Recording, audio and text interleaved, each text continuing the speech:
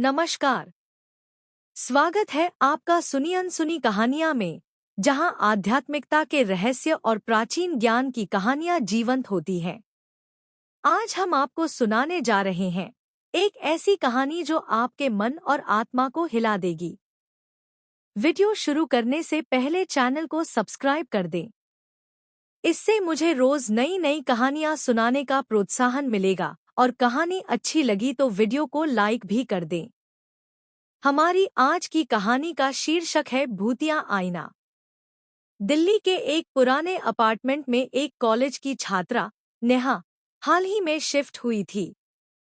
कमरा सस्ता था लेकिन बड़ा और शांत, ठीक वैसा जैसा नेहा चाहती थी। कमरे में एक पुराना ऊंचा शीशा था जो दीवार से जुड़ा हुआ था। मकान मालकिन ने कहा, "ये शीशा मत हटाना, ये यहाँ सालों से है।"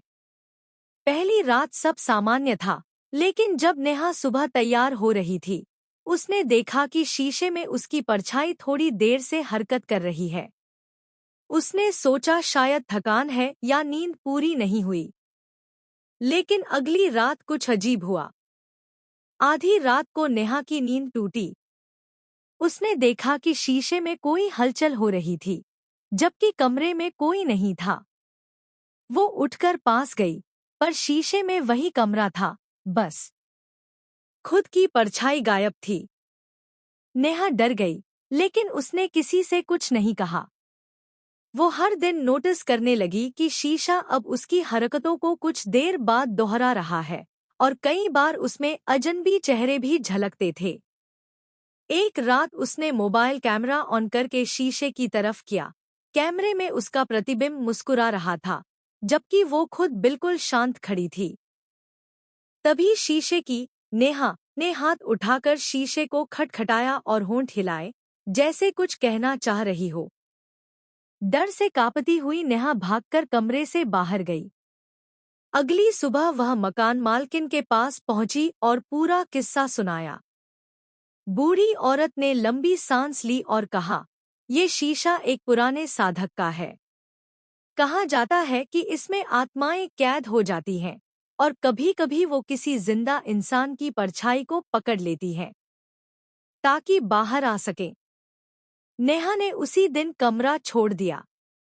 लेकिन हफ्तों बाद, जब नई किराएदार आई, उसने मकान मालकिन से पूछा, "इस कमरे में शीशा बहुत सुंदर है, पर अजीब बात यह है कि जब मैं इसमें देखती हूँ, तो ऐसा लगता है जैसे कोई और मुझे देख रहा है।" आइए जानते हैं हमारा आज का प्रश्न। क्या हो सकता है कि नेहा की आत्मा अब उस शीशे में कैद हो चुकी हो और बाहर जो गई थी, वो नेहा नहीं थी? आप क्या सोचते हैं? कमेंट में जरूर बताएं।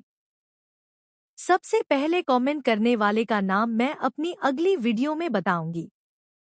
आशा करती हूँ कि आपको ये कहानी पसंद आई होगी। ऐसी और कहानियाँ सुनने के लिए प्लीज मेरे साथ बने रहें।